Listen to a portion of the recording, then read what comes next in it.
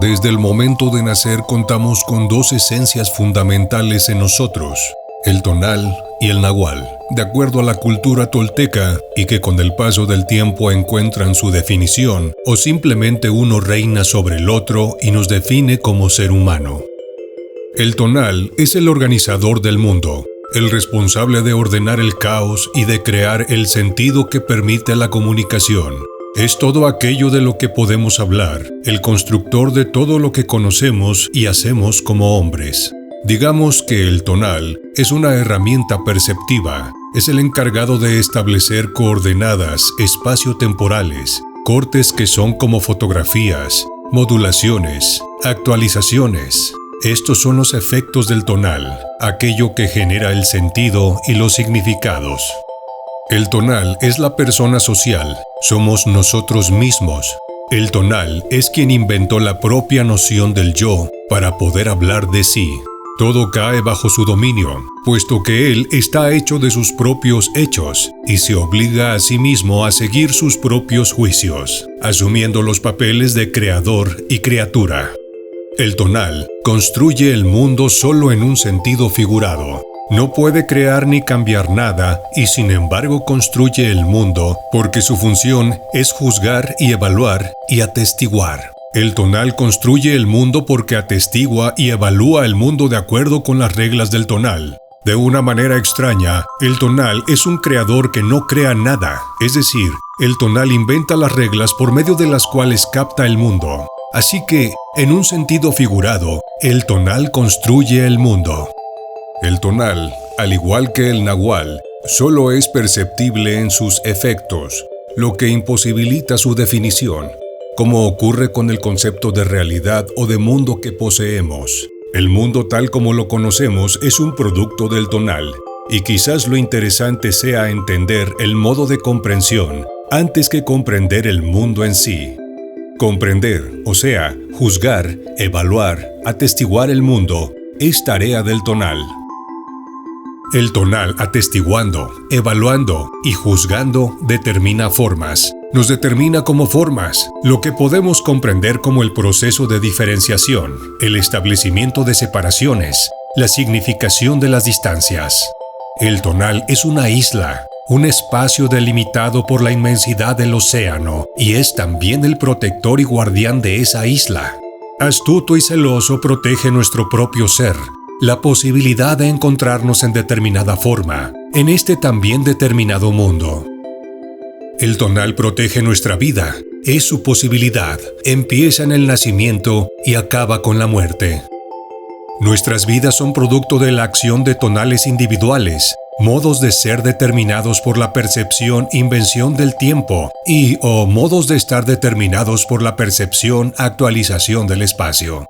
El tonal hace la vida del ser definiendo fronteras, formas y posibilidades, definiendo límites. Hacer vida es actualizar la diferencia, inventar formas, escudos, límites que nos permitan sobrevivir a la relatividad, a la relación, a la alteridad y al otro transformador y transformacional. De esta manera el tonal vincula lo posible de la vida tal y como la experimentamos, la actualización, el aquí y ahora, la asignación de un tiempo y un espacio para la forma.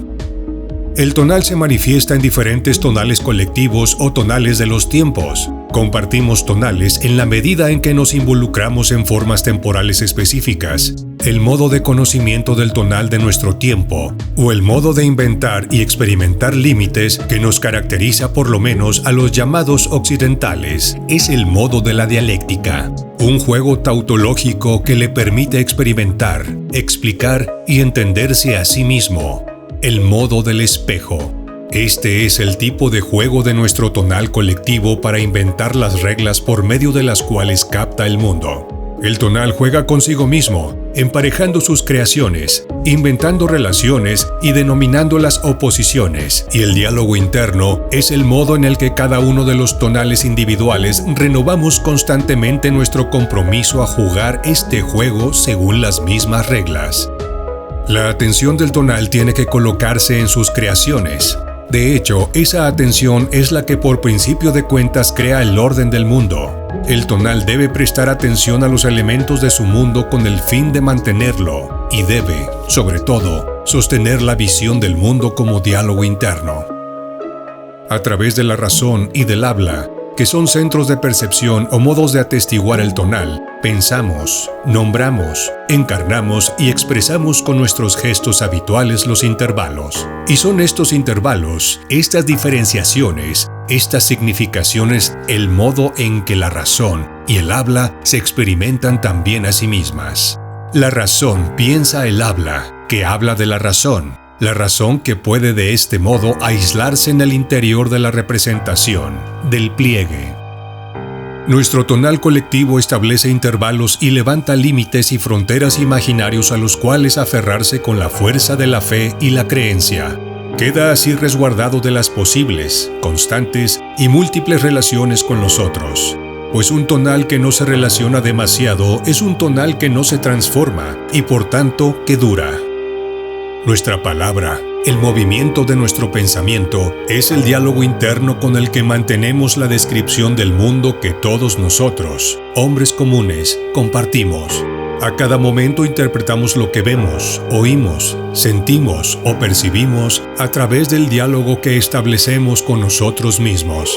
El modo que escogemos para interpretar reitera nuestro compromiso con el modo de percepción que define nuestra membresía, nuestro compromiso con un tipo de sociedad o cultura. Digamos, para facilitar nuestra comprensión del asunto, que nuestra cultura y nuestra sociedad son el tonal de nuestro tiempo, determinados modos de ser y de estar en el espacio y en el tiempo como estilos de creatividad o modos de inventar el sí mismo y la sociedad, modos de percepción.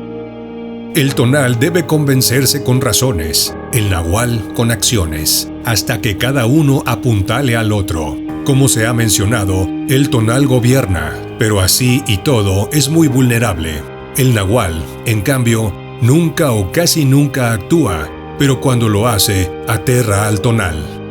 Cuando estés en el mundo del tonal, debe ser un tonal impecable. Ahí no hay tiempo para asuntos irracionales. Pero cuando se actúa en el mundo del nahual, hay que ser impecable. Ahí no hay tiempo para asuntos racionales. El hombre renunció al conocimiento silencioso del nahual por el mundo de la razón del tonal. Cuanto más se aferra al mundo de la razón, más tenue se vuelve su conocimiento silencioso. Solo puede llegarse a la totalidad de uno mismo cuando uno tiene bien entendido que el mundo es simplemente una visión, sin importar que esa visión pertenezca a un nombre común o a un nombre de conocimiento. No hay modo de llegar a la explicación de los brujos a menos que uno haya usado voluntariamente el nahual, o mejor dicho, a menos que uno haya usado voluntariamente el tonal para dar sentido a las propias acciones que uno ejecute en el nahual. Otra manera de aclarar todo esto es decir que la visión del tonal debe prevalecer si uno quiere usar el nahual como lo usan los brujos. Tu razón tal vez incluso admita, a estas alturas, que hay otro centro de ensamble, la voluntad, a través de la cual es posible juzgar, calcular y utilizar los extraordinarios efectos del nahual. Podemos reflejar al nahual a través de la voluntad. El último trozo de la explicación de los brujos dice que la razón no hace sino reflejar un orden externo y que la razón no sabe nada de ese orden. No puede explicarlo, como tampoco puede explicarlo el nahual. La razón solo puede atestiguar los efectos del tonal, pero jamás podría comprenderlo o desilvanarlo. El hecho mismo de que estemos pensando y hablando indica que hay un orden que seguimos sin siquiera saber cómo lo hacemos o cuál es ese orden. Un guerrero no debe dejar nada librado al azar. Un guerrero es realmente capaz de alterar el curso de los sucesos, valiéndose del poder de su voluntad y de la inflexibilidad de su propósito. A la hora de nacer y por algún tiempo después, somos todo nahual. Luego nuestra percepción comienza a desarrollarse al reconocer los objetos y aprender sus nombres, es decir, todas las personas que nos rodean son nuestros maestros. Así se va configurando el tonal, que es todo aquello de lo que se puede describir con el lenguaje. Cuando nos integramos totalmente en el mundo de los hombres, se puede decir que somos todo tonal y, por tanto, que nos olvidamos de nuestro origen. No obstante, en todos nosotros hay una sensación de estar incompletos. Las enseñanzas toltecas describen el tonal como una isla, aclarando que cualquier descripción que hagamos del tonal es una descripción que hace el tonal de sí mismo. El tonal pone orden en el mundo, hace el mundo según unas reglas que él mismo se inventa y que luego defiende, aunque es un creador que no crea nada, ya que la única fuente de creación es el nahual. A partir del momento en que somos todo tonal, empezamos a establecer dualidades o polaridades, y, aunque sentimos nuestros dos lados, el tonal y el nahual, siempre los representamos con objetos del tonal. Por ejemplo, hablamos del cuerpo y el alma, de la mente y la materia, del bien y el mal, de Dios y del diablo. Pero la sensación de estar incompletos no nos abandona nunca. Por eso el camino del guerrero pasa por el hecho de ser conscientes de que además del tonal existe el nahual. Y para ser conscientes del nahual, los antiguos guerreros toltecas desarrollaron 3 grandes técnicas. El término tonal se usa para hablar del mundo conocido que es la parte derecha o de la razón, y el término nahual con 2 acepciones. Una que se refiere a la parte izquierda de la otra realidad, de la percepción, la contraparte del tonal, y otra que se refiere al nombre que se le da al hombre de conocimiento, el líder de un grupo de guerreros al que se le nombra el nahual. El tonal nace con el hombre y muere con él. El nahual es la otra parte del hombre que siempre está ahí, antes, durante y después. El tonal es el mundo que se urde con la razón. El nahual es el mundo del poder, donde lo único que puede hacer el hombre es atestiguar. De acuerdo a las enseñanzas toltecas, un caminante no puede andar con lamentos y quejas, porque su vida es un desafío interminable, y no existen formas para que los desafíos sean bonitos o feos, buenos o malos. Los desafíos son sencillamente eso, desafíos. Allí radica la diferencia entre los hombres comunes y los guerreros. Mientras que para los primeros, el mundo está lleno de bendiciones o maldiciones. Para los segundos, es un desafío interminable donde está a prueba su impecabilidad y su desatino controlado.